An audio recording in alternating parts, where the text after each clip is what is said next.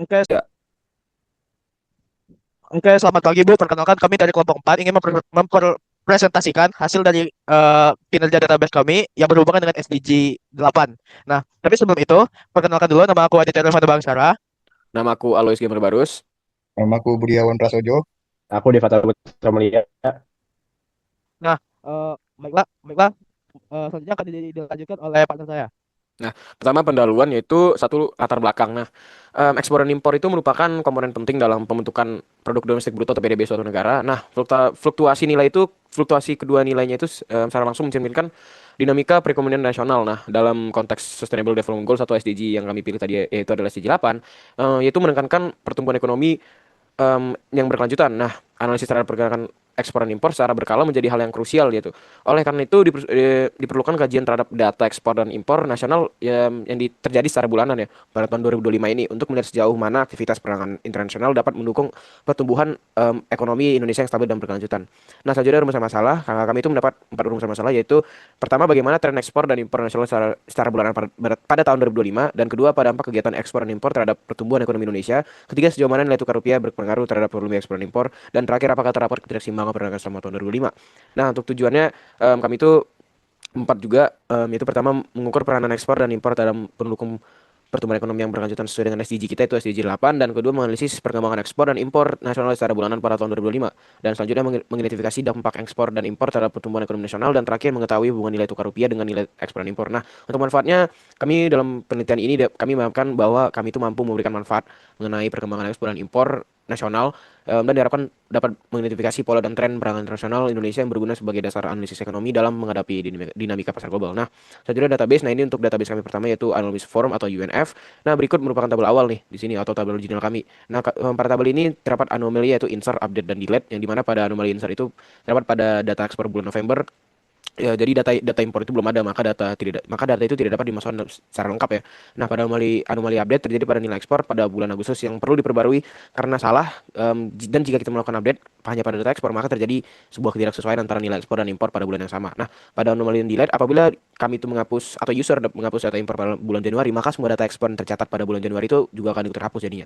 Nah, selanjutnya kami sudah mengubah ini data yang tadi itu kami ubah ke first normal form atau 1NF. Nah, pada tabel ini sudah dilakukan perubahan yaitu kami menambahkan PK atau primary key pada setiap data dan data itu sudah bersifat atomik dan tidak ada data yang yang sama atau tidak ada yang bertabrakan jadinya. Nah, terus selanjutnya kami ubah ke second normal form atau 2NF.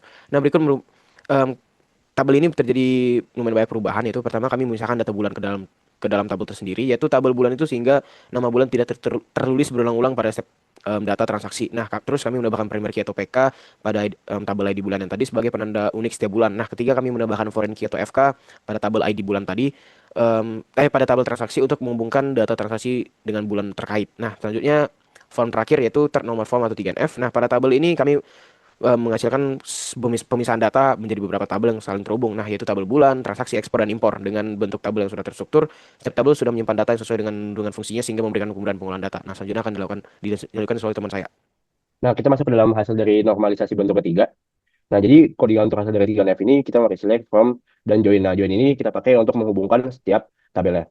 Nah, oke, selanjutnya masuk ke dalam hasil. Jadi, pada tabel ini, setiap data transaksi telah dihubungkan dengan data bulan melalui ID bulan dan serta menyimpan data nilai dan berat ekspor maupun impor dalam satu baris transaksi. Nah, hasil ini, yang pertama, ID transaksi digunakan sebagai penanda unik untuk setiap data transaksi. Yang kedua, ID bulan digunakan untuk menunjukkan bulan terjadinya transaksi.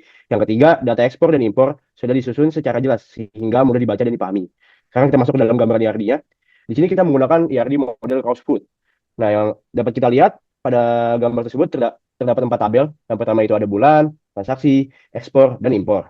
Nah, kita masuk dulu ke dalam tabel bulan. Tabel bulan ini memiliki primary key-nya itu berupa ID bulan. Nah, tabel ekspor ini menyimpan satu data, yaitu nama bulan.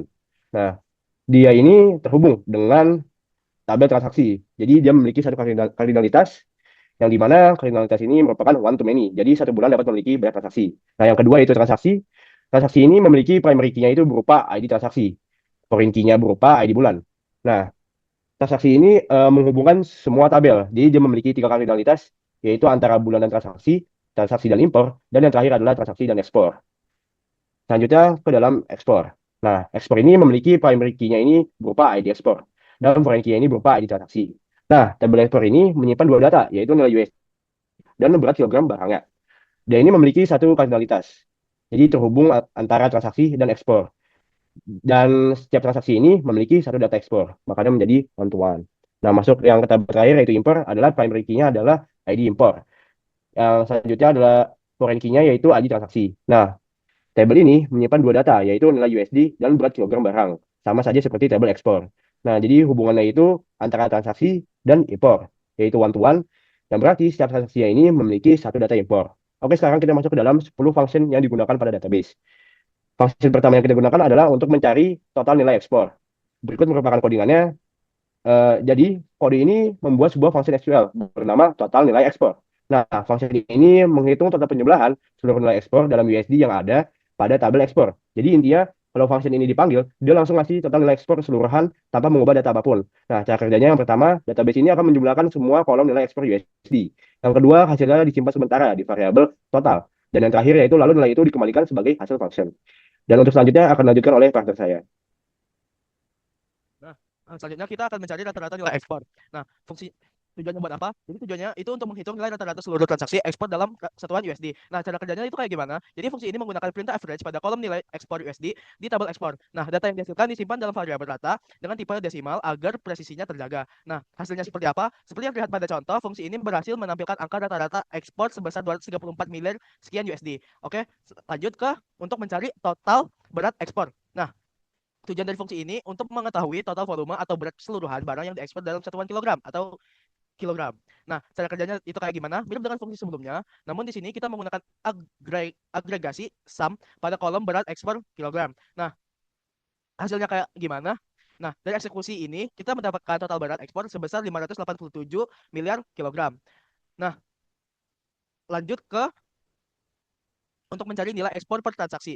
Nah, jadi tujuan dari fungsi ini lebih spesifik karena menggunakan parameter. Nah, gunanya untuk mengambil nilai ekspor berdasarkan ID transaksi tertentu. Nah, jadi cara kerjanya kayak gimana? Nah, kita memasukkan parameter ID transaksi. Nah, fungsi ini akan melakukan query ke tabel ekspor dan memfilter data menggunakan klausa where. Nah, hasilnya kayak gimana?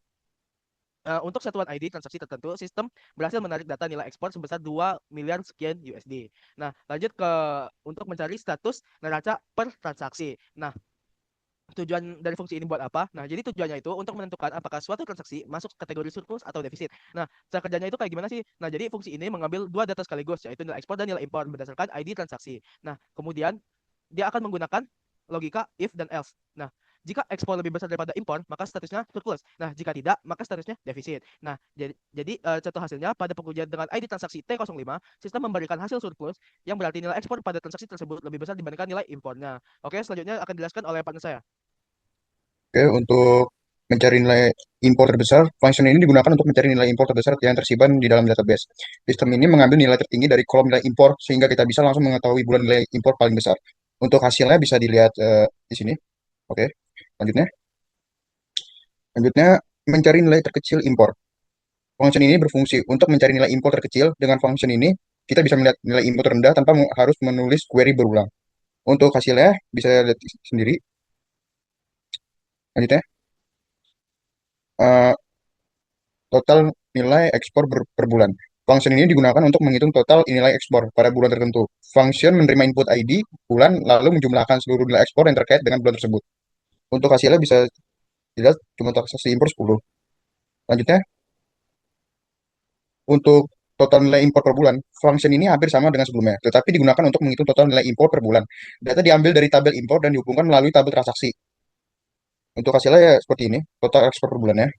Selanjutnya yang terakhir, eh,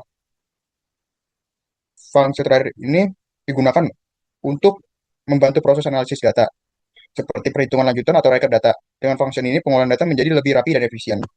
Seperti ini hasilnya, total impor per bulannya. Oke, boleh dilanjutkan. Nah, baik, di situ juga terdapat lampiran penting. Nah, jadi yang pertama itu ada dataset kita yang ada di database. Nah, jadi ini ada link sheet kita, terus ada juga nanti bakalan ada video presentasi dari kelompok kita di link YouTube-nya. Nah, jadi sekian dari presentasi dari kami. Terima kasih, Bu. Wow.